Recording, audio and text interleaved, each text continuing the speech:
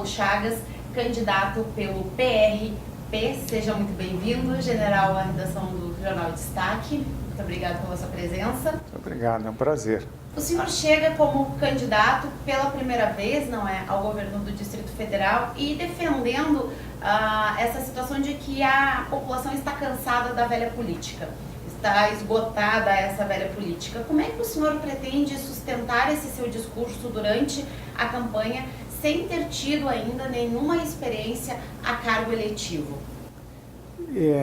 Eu não tenho nenhuma dúvida de que os discursos que eu tenho ouvido toda a vida e ouço até agora são sempre os mesmos, os discursos dos políticos querendo se reeleger, porque a maioria deles são os mesmos de sempre, e com o discurso sempre de que a situação da saúde, a situação da educação, a situação da saúde pública, está tudo muito ruim.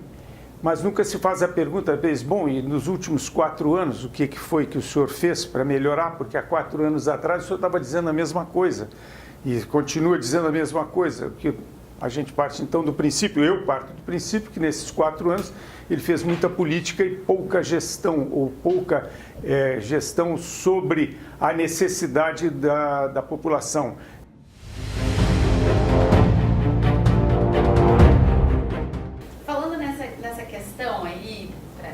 A participação, ao longo dos últimos 4 anos, a atual gestão do governo sofreu muito com os apoios na Câmara Legislativa.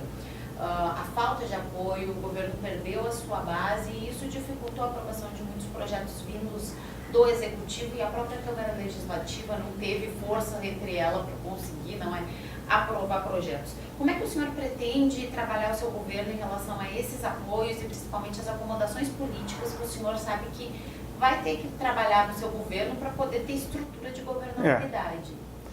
Através do interesse público, porque todas as pessoas que estão em cargo executivo ou legislativo, elas estão nesses cargos porque se dispuseram, porque se propuseram a defender o interesse público, o interesse daqueles que votaram neles, que acreditaram nessas propostas e os colocaram lá para tratar exatamente do interesse público. Então, eu entendo que esse tipo de negociação tem que ser feita à luz do interesse público. Então, uma proposta que venha do Executivo é uma proposta que visa o interesse da população. Vai ser negociada com os representantes do interesse da população. Então, pode haver um aperfeiçoamento dessa proposta. Pode haver, ou então, se haver um movimento ao contrário que prove que aquilo não é o interesse da sociedade. Então, eu não julgo que seja difícil haver essa negociação se você colocar, em primeiro lugar, como foco o interesse da sociedade. Mesmo quando as questões políticas entrarem em divergência? O problema da questão política é um problema de interesse dos políticos e não da sociedade. Então, não pretendo discutir esse assunto em termos políticos.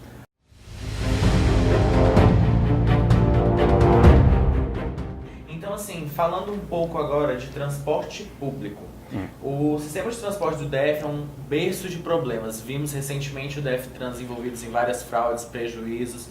Temos um problema com a frota de ônibus, a população reclama, o metrô que não consegue expandir.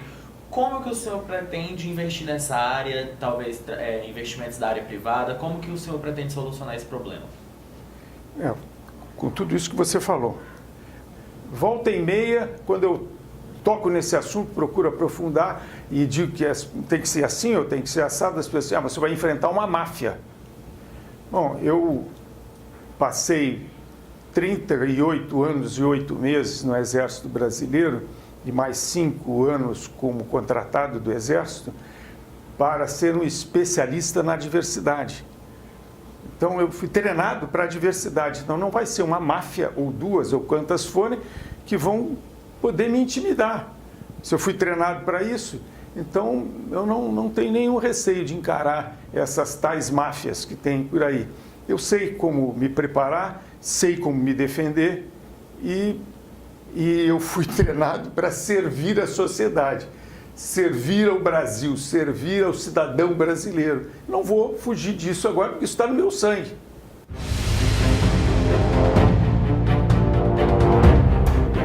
General, falou um pouquinho sobre saúde pública no DF. Sofre constantemente com a falta de leitos. A lista de medicamentos não é de distribuição gratuita também, ao mesmo tempo que ela vai lá e quase complementa, dali um pouquinho falta, ou seja, nunca essa lista de distribuição de medicamentos está completa. E a gente sabe que a implementação da PEC do teto dos gastos vai reduzir, já está reduzindo mais ainda a distribuição de dinheiro para os entes federativos, não é? Com esse corte que foi feito pelo governo federal. Ou seja, uma situação que já era difícil tende a ficar um pouco mais complicada. Qual a sua solução, se há solução para esse problema? Não, tem que haver solução para esse problema, senão vai morrer todo mundo. Tem que haver uma solução. E a solução está na gestão. Você tem que fazer uma auditoria profunda em todos os setores e em todos os níveis do sistema de saúde pública para saber aonde estão os problemas. Não adianta entrar, vou tapar um buraco aqui, outro acolá. Tem que saber o problema como um todo. Por exemplo, os prontuários. Você vai ser atendido num posto de saúde, o prontuário, mas o meu prontuário é lá do outro, então não tem, faz um novo. Por que isso não é centralizado? O fundo que vem do Constitucional, que vem da União, 52% dele é para a saúde.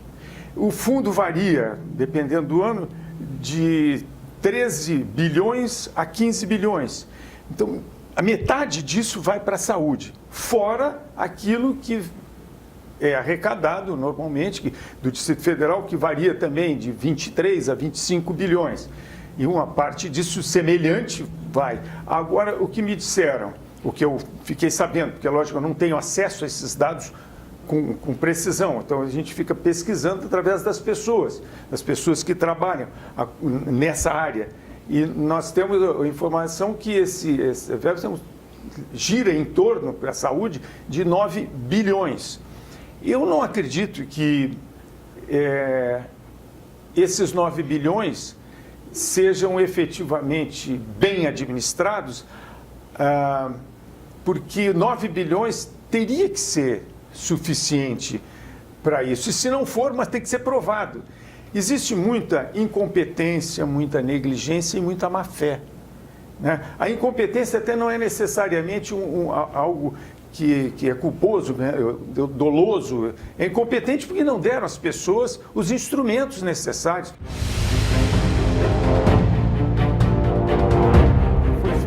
Nesse aspecto de privatizações que o senhor falou que defende, se inclui também privatizações, o senhor pretende fazer privatizações em estatais como CAESB, SEB, BRB, está no seu plano de governo, privatização dessas estatais?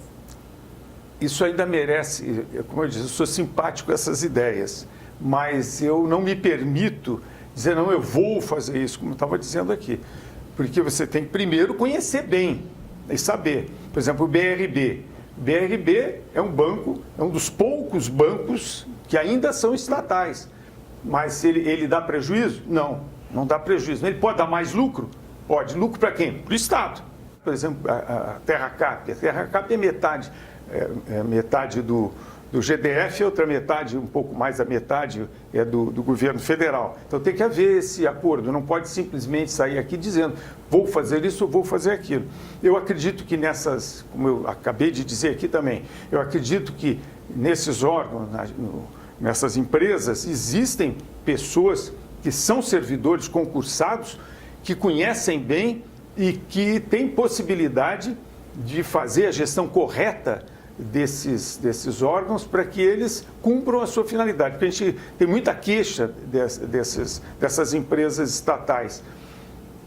Mas eu confio que eu vou encontrar no serviço público pessoas capazes de conduzir isso, porque o normal é que são essas empresas que fazem parte da negociata política. Me dá a CAESB, me dá isso, me dá aquilo e tal, ficam negociando politicamente.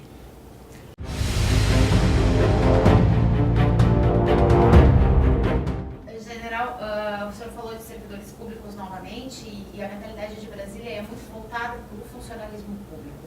O senhor pretende retomar aquela a abertura constante de concursos públicos que andou parado um pouco devido ao limite atingido, não é, de acordo com a lei de responsabilidade fiscal, ou o senhor pretende investir mais em empresas, trazer investimentos, buscar incentivos, não é, por meio do governo para que empresas venham para o Distrito Federal? Quem cria emprego e renda é a iniciativa privada, porque efetivamente quem dá emprego e produz a renda é a iniciativa privada, não é o Estado. O Estado, ele arrecada muito e devolve pouco.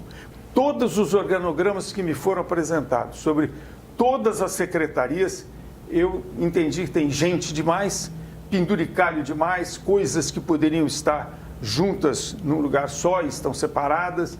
Então, merece uma avaliação de gestão, um choque de gestão para que as coisas funcionem com menos gente e com mais eficiência.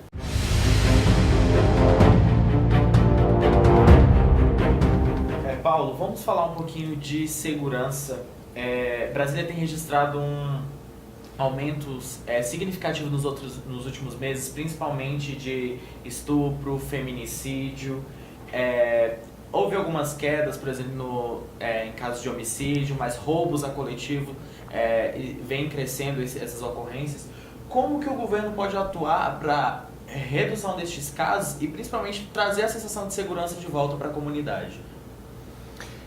A Polícia Militar do Distrito Federal, a Polícia Civil do Distrito Federal são referências nacionais. O Corpo de Bombeiros é referência nacional. O que está faltando? Está faltando coordenação, controle, integração, inteligência para colocar tudo isso junto para trabalhar em conjunto. Porque nesse assunto, nesse tema de segurança pública, se a Polícia Militar vale 2, a Polícia Civil vale 2, eu juntar os dois, vai dar 6. Não vai dar 4. E por enquanto, dá 3,5, porque na hora que encontra uma com a outra, sempre há um atrito, uma dificuldade, uma atrapalha a outra. Por quê? Porque não se falam. Uma desconfia da outra. E não pode haver isso. O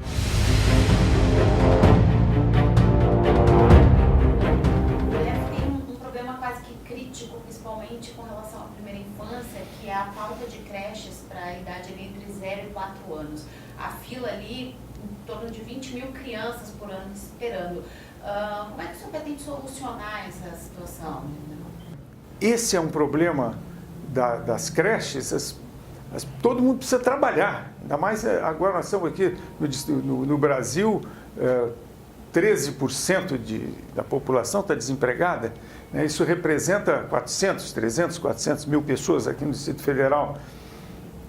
E essas pessoas precisam ter liberdade para procurar emprego, para achar o que fazer, para sustentar a sua família. E tem crianças pequenas que precisam ser colocadas em algum lugar seguro, para que elas possam sair, ter essa disposição para ir atrás dos seus empregos, da sua renda, para sustentar a família. Então, essa é uma necessidade.